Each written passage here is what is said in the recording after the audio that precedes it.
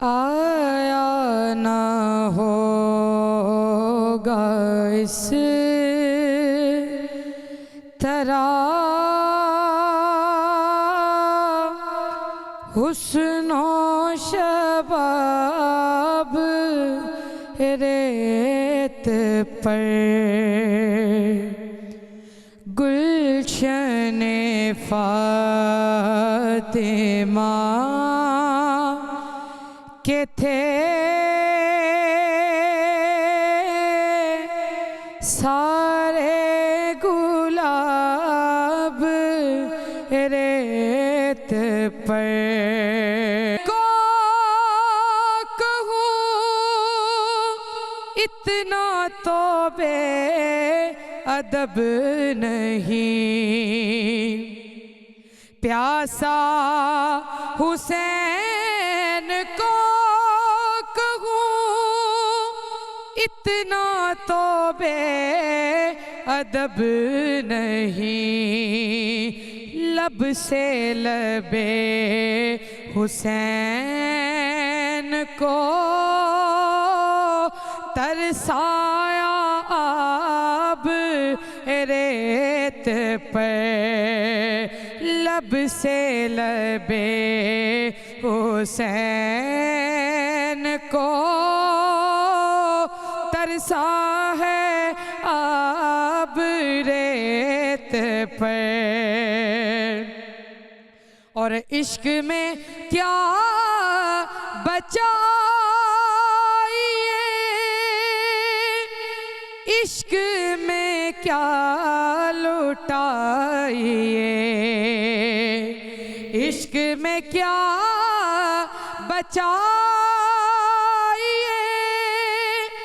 इश्क में क्या लुटाइए आले नबी ने लिख दिया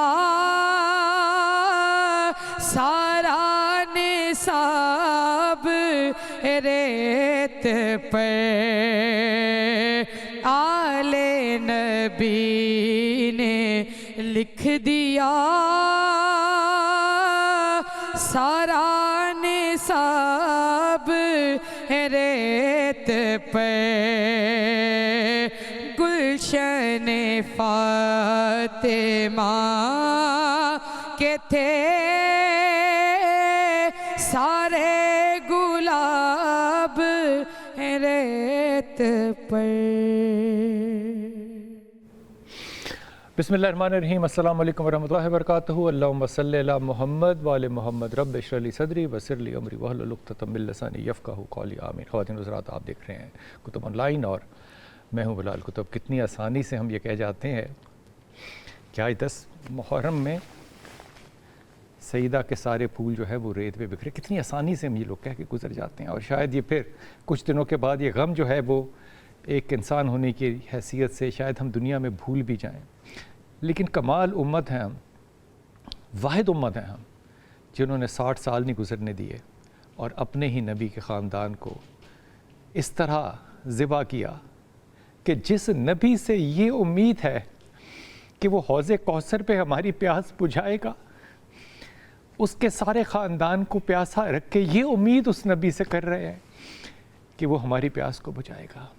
हम किसके गले पे छुरी फेर रहे हैं, किसके बच्चों को ज़िबा कर रहे हैं, जिसके लिए मेरे रसूल खड़े होते थे, कंधों पे बिठाते थे, अपनी ज़ुबान चुसा कर उन्होंने उनको गुड़ती दी।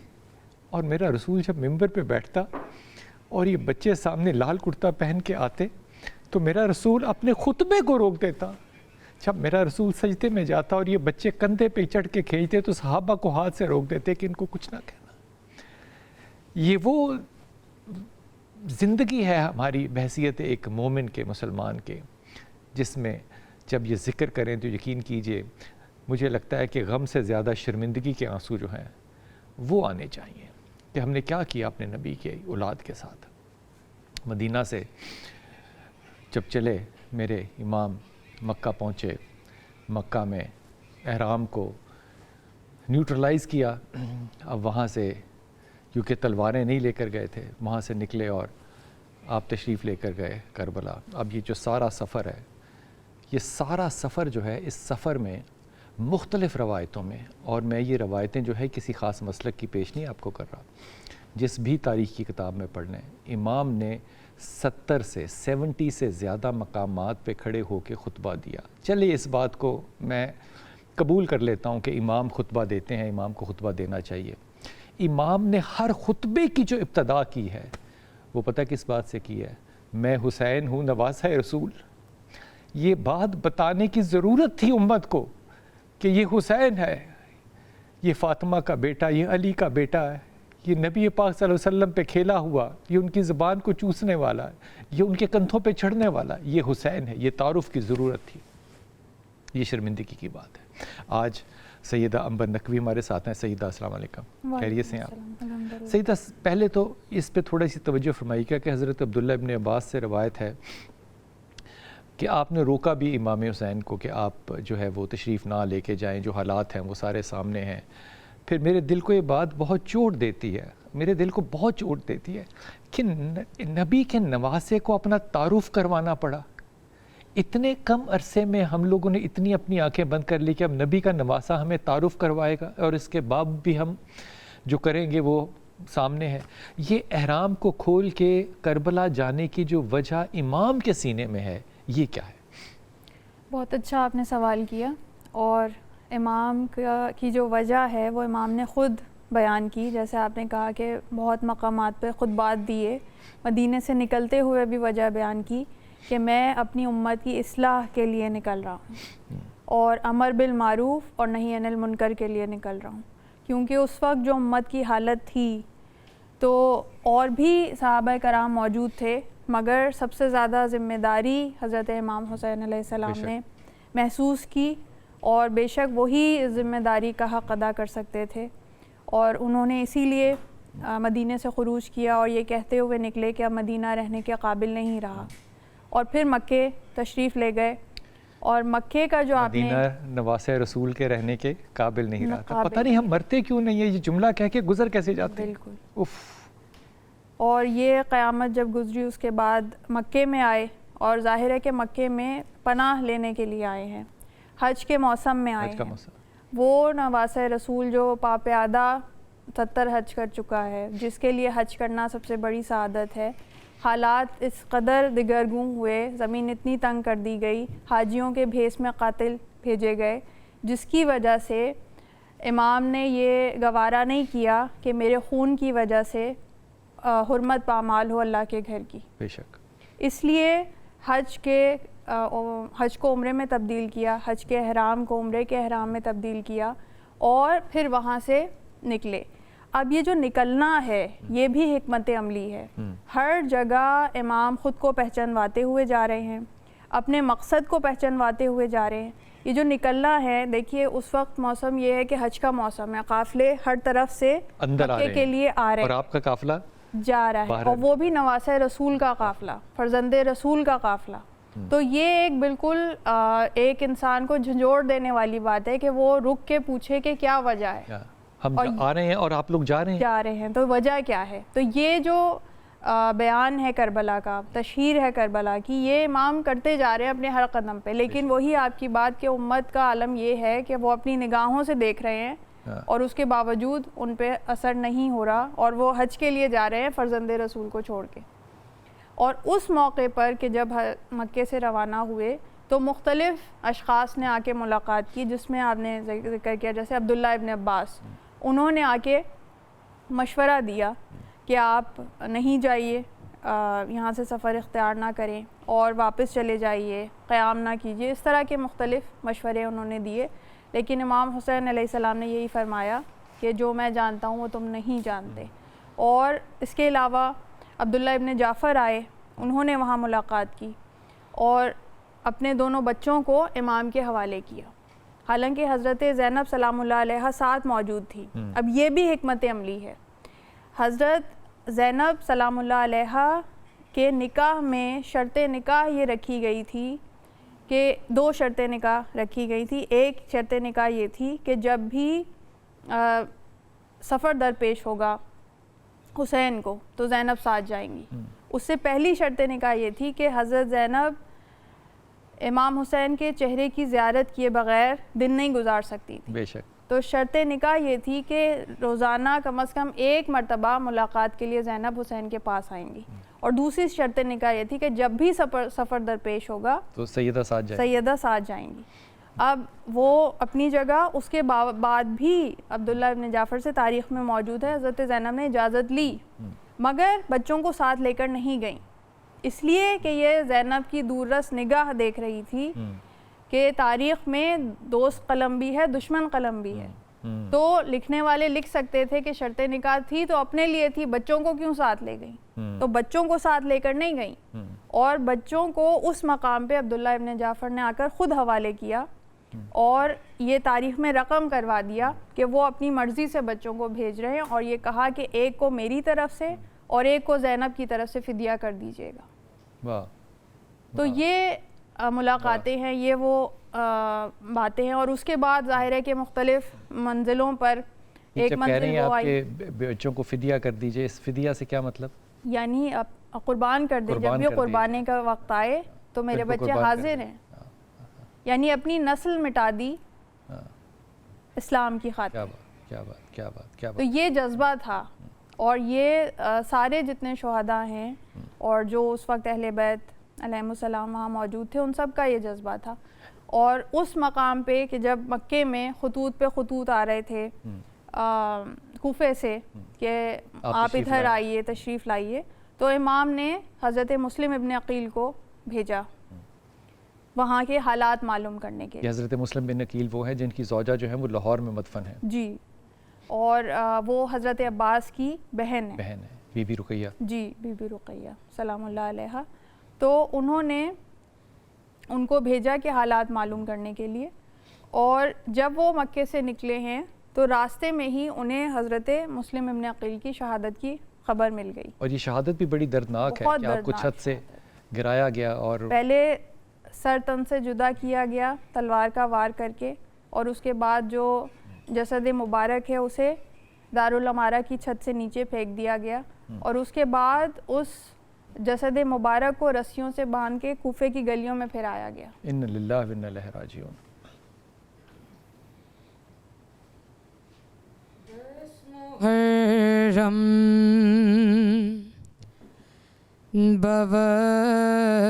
बवक्ते शाम हुसैन 10 मुहर्रम बवक्ते शाम हुसैन ज़ख्म ही ज़ख्म थे तमाम हुसैन। ज़रा सोचो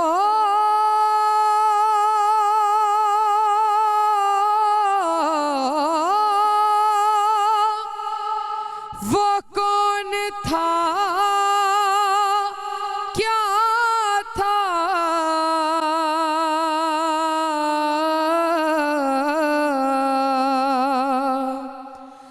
जरा सोचो वो कौन था, क्या था,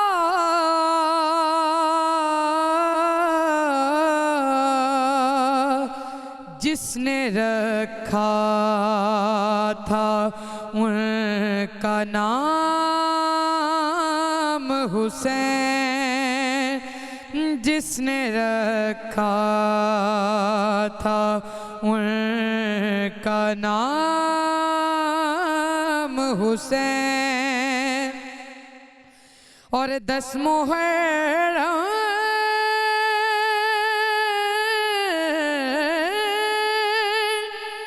को दिन नहीं होता,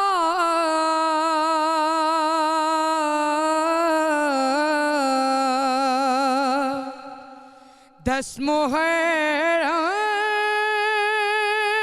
को दिन नहीं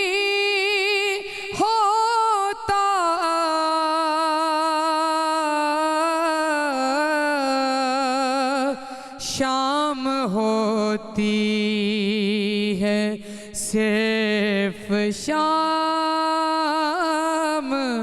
हुसैन, शाम होती है सिर्फ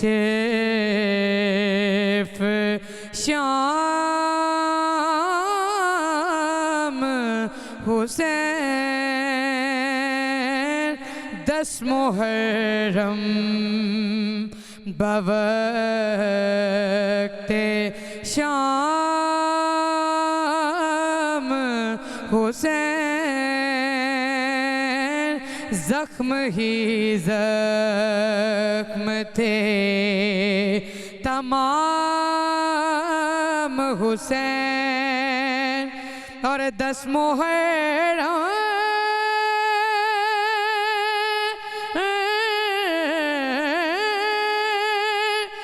बवक्त शाम हुसैन, जख्म ही जख्म थे तमाम हुसैन। 10 मुहर्रम बवक्ते शाम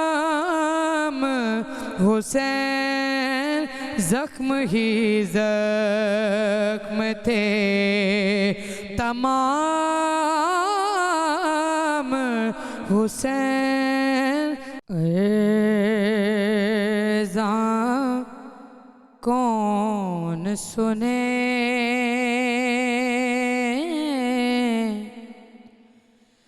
मैं दुखिया थे बीमार दियां,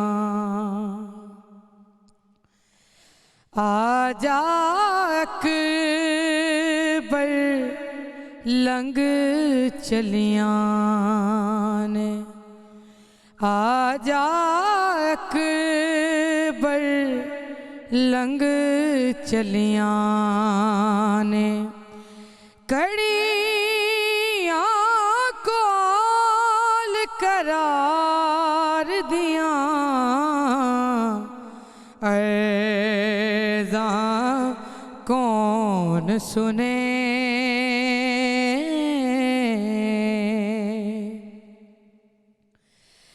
राती मैनू ख्वाब डरांदे, सड़दे खैमे नज़रियां दे, राती मैनू ख्वाब डरांदे, सड़दे खैमे नज़रियां दे। मैं तेरे कदमां दे वीरा, मैं तेरे कदमां दे वीरा, सदके रोज उतारनियां, ऐज़ां कौन सुने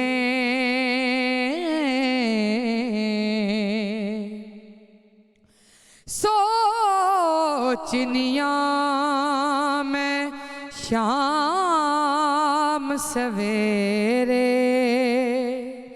वीरानू जदों लग दे सेरे, सोचनियां मैं शाम सवेरे, वीरानू जदों लग दे सेरे, मंगदियां भैना वाग फड़ाई, मंगदियां भैना वाग फड़ाई, मां दियां अर्ज़ां कौन सुने।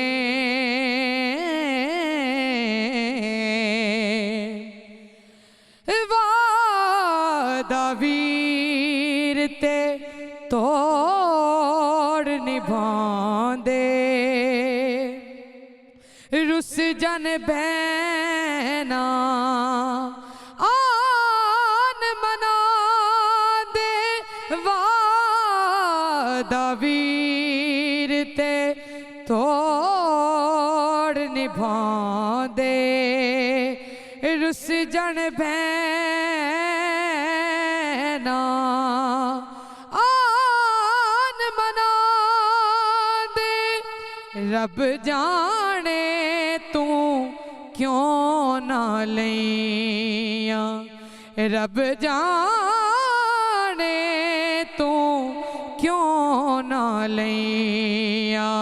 सारा भेड़ लाचार दियां अर्ज़ां कौन सुने। मैं दुखिया ते बीमार दियां आजा अकबर लंघ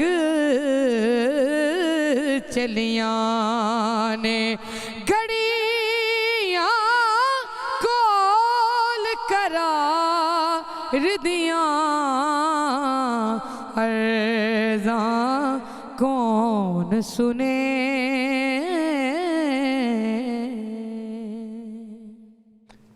ये कहना बड़ा आसान है कि इमाम जो हरम से बाहर जा रहे हैं और लोग जो हैं वो हज के लिए हरम के अंदर जा रहे हैं, तो लोगों को कैसे इल्म नहीं है कि इमाम के ऊपर क्या गुजर रही है। लेकिन आज के दौर में ये समझना मेरे लिए, मेरे जैसे एक नालायक इंसान के लिए इसलिए आसान है कि फ़लस्तीन में रोज़ाना 10-10 हज़ार बच्चे और औरतें और मर्द जो हैं वो शहीद हो रहे हों, और हमारी किसी कल के ऊपर एक तिल का भी फ़र्क जो है वो ना पड़ रहा हो, और हमारी हजें और हमारी उम्रें जो हैं वो बाकायदगी से जारी हों। तो समझने में ज़ाहिर है बड़ा मुश्किल आती है, और इस बात को समझते हुए बड़ी गैरत भी आती है। लेकिन यही है उम्मत, और यही है वो किरदार जो कि हमने तब भी पेश किया और जो हम अब भी पेश कर रहे हैं। सईदा, बहुत से किरदार हैं लोगों के, मिसाल के तौर पे हबीब इब्न मुज़ाहिर हैं, हज़रत हुर हैं, इनके अपने किरदार हैं, इन पे हम बाद में बात करते हैं। लेकिन दो शहादतें जो हैं ये बड़ी दर्दनाक हैं। एक इंतहाई जवान शहादत है इमाम अली अकबर की, और एक इंतहाई छोटे बच्चे की, 6 माह के बच्चे की, इमाम अली असगर की शहादत है। इन शहादतों पे ज़रा फरमाइए।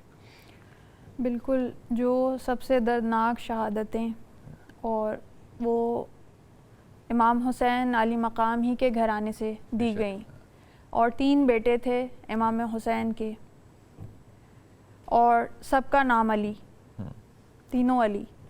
उन तीनों में से एक तो ज़ाहिर है कि इमाम थे, उनकी हिफाजत मशीयत इलाही के नज़दीक पेश नज़र थी, इसलिए उन पे बीमारी तारी हो गई। इमाम ज़ैनुल आबिदीन अलैहिस्सलाम सैयद सज्जाद, उनकी हिफाजत की गई परवरदिगार आलम की तरफ से। लेकिन 2 क़ुरबानियाँ ऐसी, जैसे कि आपने कहा, इंतहाई दर्दनाक, और एक कड़ियल जवान अली अकबर की शहादत, और एक क़ुरबानी चश्माह अली असगर की, और दोनों इमाम हुसैन के बहुत नज़दीक, बहुत करीब थे।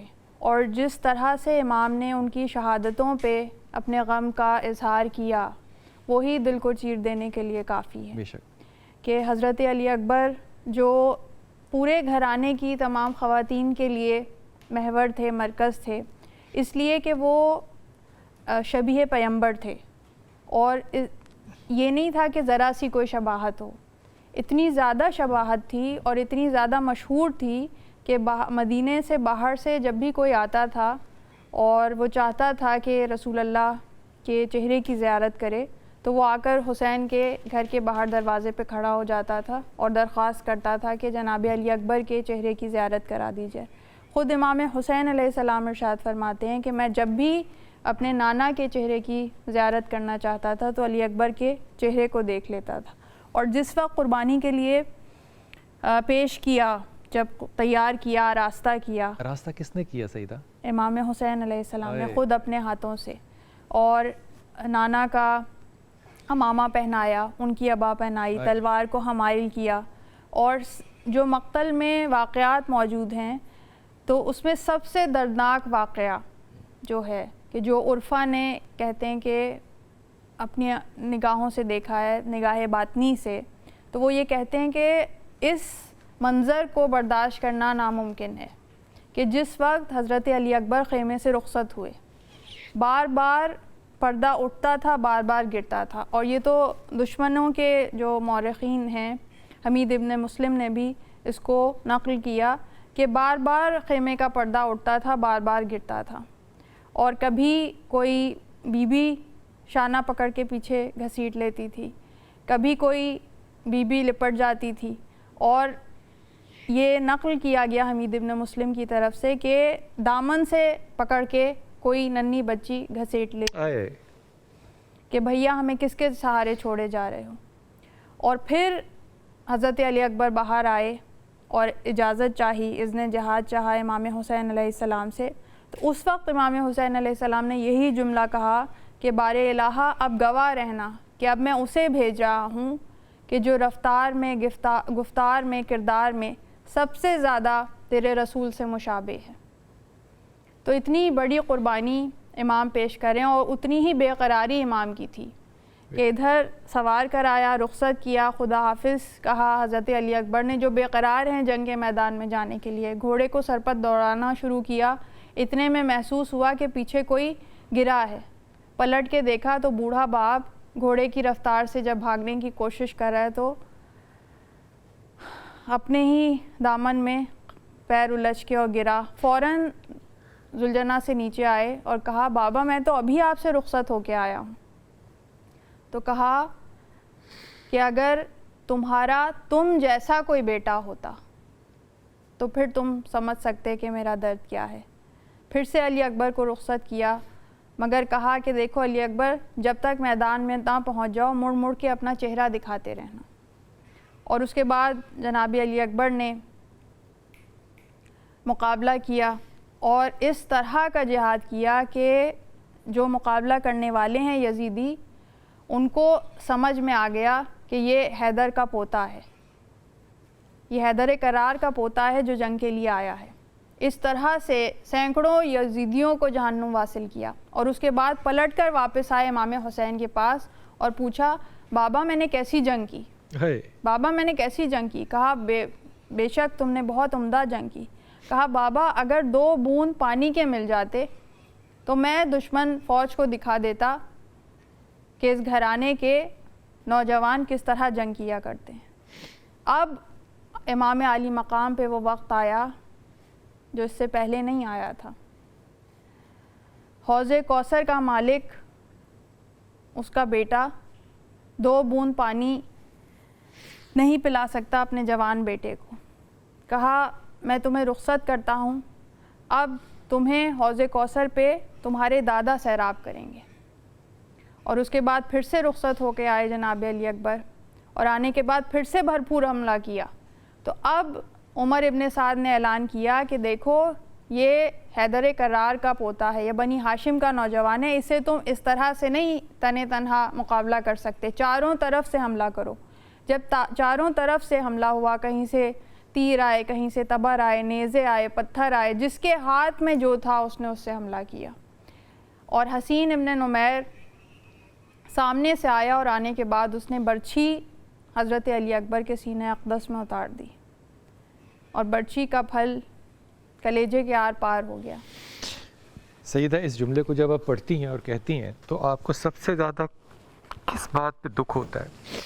मुझे इस बात पे दुख होता है कि एक बाप शहादत के लिए अपने बच्चे को खुद रुख़सत कर।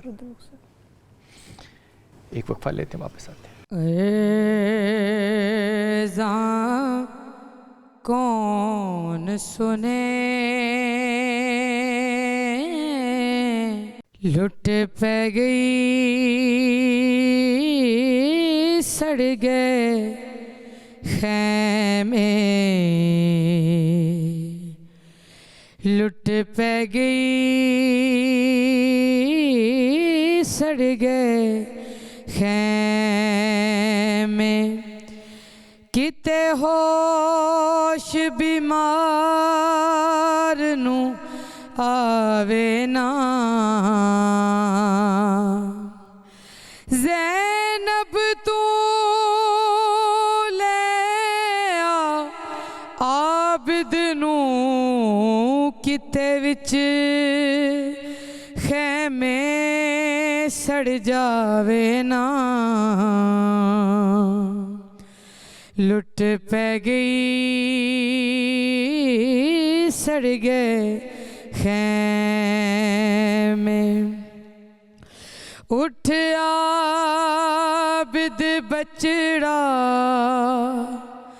खोल अखां तैनू जड़ियां दा मैं हाल दसां उठ आबिद बचड़ा खोल अखां तैनू जड़ियां दा की हाल दसां बिन कफनों लाशां रुलियां ने कोई कफन ना ते पावे ना लुट पै गई सड़ गए खैमे कर जुल्म शिमर बदकार गया मेरे मुँह ते तमाचे मार गया कर जुल्म शिमर बदकार गया मेरे मुँह ते तमाचे मार गया मैं वैन कराओ झिड़कदा सी ओनू तरस यतीम ते आवे ना लुट पै गई सड़ गए खैमे लुट पै गई सड़ गए खैमे ते शहजादी है को नैन दिए इंदा जुर्म भैन हुसैन दिए शहजादी है को नैन दिए एदा जुर्म भैन हुसैन दिए एदे वीर 18 मर गए ने किवें उम्मुल मुसैब सदावे ना लुट पै गई सड़ गए खैमे। सैयदा ज़ैनब का ये जुर्म है कि वो हुसैन की बहन हैं, हुसैन का ये जुर्म है कि वो अली के बेटे हैं। मुझे नहीं पता अली का क्या जुर्म है, लेकिन इब्न माजा की ये रवायत सही रवायत हज़रत अब्दुल्ला बिन मसूद, और मैं हमेशा अपनी कम अकली और कम इल्मी की वजह से इस पर बदगुमानी करता रहा। सईदा आपको ये हदिया कर रहा हूँ, बनी हाशिम के लोग आके मेरे नबी पाक सल्लल्लाहु अलैहि वसल्लम के पास बैठे, तो जब बनी हाशिम है ना, अपना कबीला है जी, तो रसूल पाक सल्लल्लाहु अलैहि वसल्लम की आंखों से आंसू जारी हो गए। तो हज़रत अब्दुल्ला बिन मसूद ने पूछा कि या रसूलल्लाह आंसू जारी हो गया। कहा अब्दुल्ला एक वक्त आएगा कि मेरे अहले बैत जो हैं उनको बहुत सताया जाएगा। अब वो सारे सहाबा बैठे हुए हैं, ये नहीं कि ये ला इल्मी की बात है, सब सहाबा बैठे हुए हैं, मेरे अहले बैत को बहुत सताया जाएगा। फिर अगला जुमला कहा उनको जिला वतन किया जाएगा। जिला वतन का जब लफ्ज़ सुनते हैं ना तो दिल मुंह को आता है कि जिला वतन, अल्लाह के नबी के ख़ानदान को हम जिला वतन कर दें। लेकिन यहाँ बात रुकी नहीं, फिर अल्लाह के रसूल ने एक तीसरी बात की, कहा कि मेरे रसूल ने कहा कि मेरी औलाद को धुतकारा जाएगा। अब मैं जब शहादत इमाम हुसैन देखता हूँ ना तो धुतकारा हुआ लफ्ज़ जो है ना ये भी बड़ा मासूम लगता है, ये भी बड़ा मासूम लगता है। इमाम की शहादत पे बात फरमाइएगा। इमाम की शहादत सबसे ज़्यादा दर्दनाक शहादत, और जिसे तवारीख़ में, मकातिल में मुफस्सल बयान किया गया, और जिसमें सबसे ज़्यादा वक्त लगा, इसलिए कि ये इतनी बड़ी क़यामत थी बेशक कि जो गुज़री, और जिसके नतीजे में आसमानों ज़मीं रोए, सुर्ख आंधियाँ चलीं, नहीं बदला तो उम्मत का दिल नहीं बदला। आए नहीं बदला तो उम्मत का दिल नहीं बदला। उनकी शहादत इमाम की कि जब सबको क़ुरबान कर चुके तो आखिर में ख़ेमे में आए, शिशमाहे को भी क़ुरबान कर चुके हैं, तो आखिर में आने के बाद सबको सलाम कहा, रुक़ैया सलाम, ज़ैनब सलाम, उम्मे कुलसूम सलाम।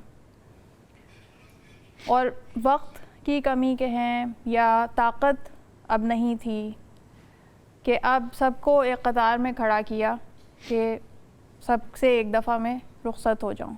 उससे पहले जनाब फ़िज़्ज़ा से कहा कि फ़िज़्ज़ा जाओ, ख़ामोशी से जो संदूक है तबरुकात का, उसमें से एक कुर्ता है वो ले आओ, और देखो ज़ैनब को ख़बर ना हो।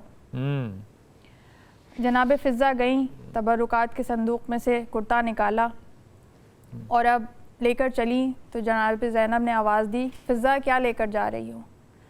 जनाब फ़िज़्ज़ा ने छुपा लिया अपने अबा के दामन में, तो पूछा क्या ले जा रही हो? जब तीसरी दफ़ा भी जवाब नहीं दिया तो जलाल आया अली की बेटी को, कहा फ़िज़्ज़ा मैं पूछ रही हूँ क्या लेकर जा रही हो? तो कहा कि ये कुर्ता मौला ने मंगाया है, वो लेकर जा रही हूँ। तो बस वो कुर्ता देखा और जनाब ज़ैनब की आंखों से आंसू जारी हो गए। कहा फ़िज़्ज़ा ये क्यों नहीं कहती कि मेरे भाई का कफ़न लेकर जाओ? वो कुर्ता वो था कि जिसे सैयदा फ़ातिमा अपने हाथों से सीती जाती थी और कहती जाती थी कि ये कुर्ता जब आखिरी वक्त हो और हुसैन जाने के लिए तैयार हो तो ये कुर्ता पहना देना, और आते हुए ये कुर्ता ले आना और लाकर मेरी कब्र पर डाल देना। वो कुर्ता इमाम ने पहना और पहनने के बाद उसका गिरेबान चाक कर लिया, उसे मुख्तलिफ़ जगहों से चाक कर दिया ताकि जब लूटने वाले सामान लूटें तो कम अज़ कम वो कुर्ता छोड़ दें, उसे बोसीदा समझ के, पुराना समझ के। मगर ज़ालिमों ने कुछ भी नहीं रहने दिया, और उसके बाद आने के बाद हमलों पे हमले किए, और ये कहते जाते थे कि अब भूखे की जंग देखो, अब प्यासे की जंग देखो, अब उसकी जंग देखो जिसका कड़ियल जवान बेटा मारा गया, अब उसकी जंग देखो जिसका अब्बास जैसा भाई मारा गया। और उसके बाद नशेब की तरफ जाते थे, रकाबों पे ज़ोर देकर कहते थे अब्बास कहाँ हो, अली अकबर कहाँ हो, पहले तो मेरी एक आवाज़ पर तुम दौड़ कर आ जाते थे। और उसके बाद हमलों पे हमले होते रहे, लेकिन किसी की जुर्रत नहीं थी कि वो अली के बेटे के सामने आ सके।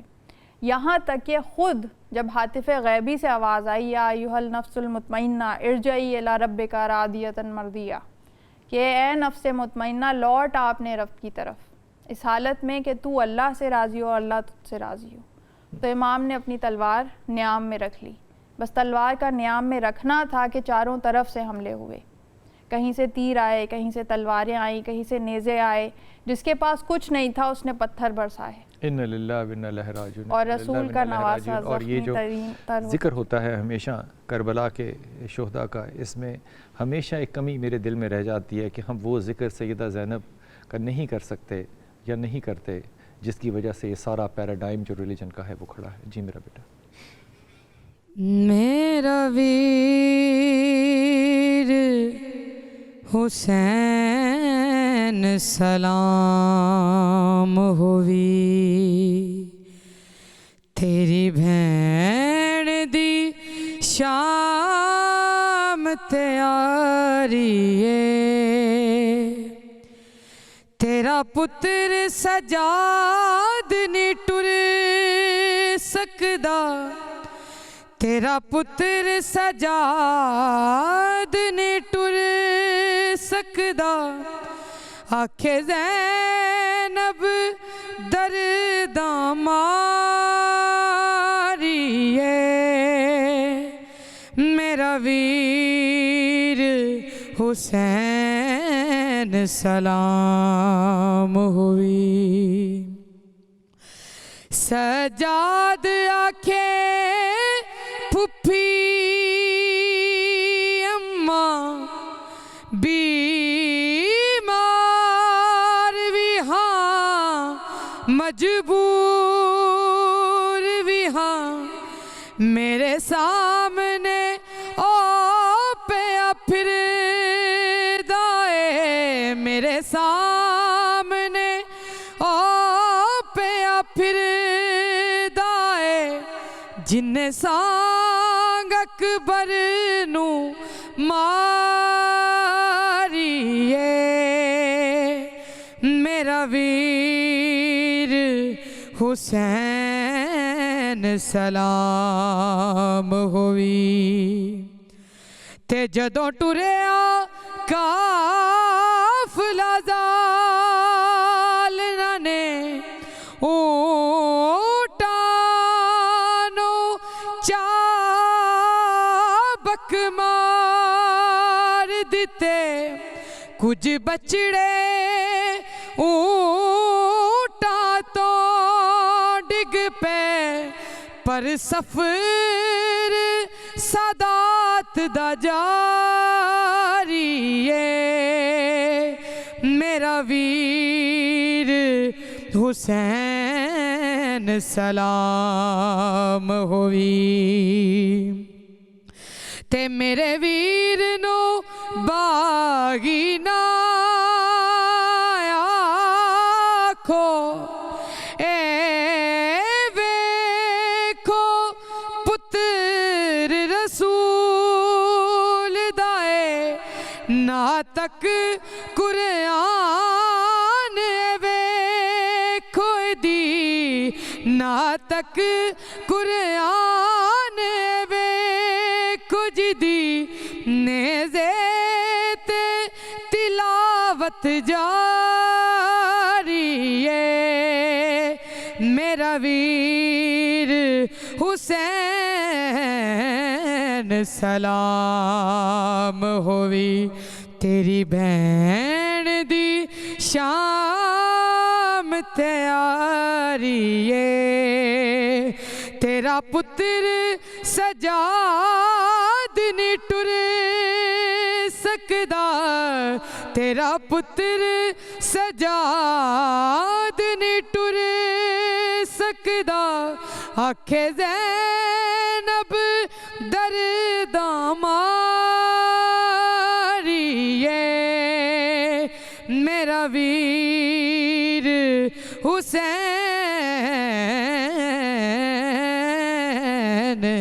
सलाम हुई।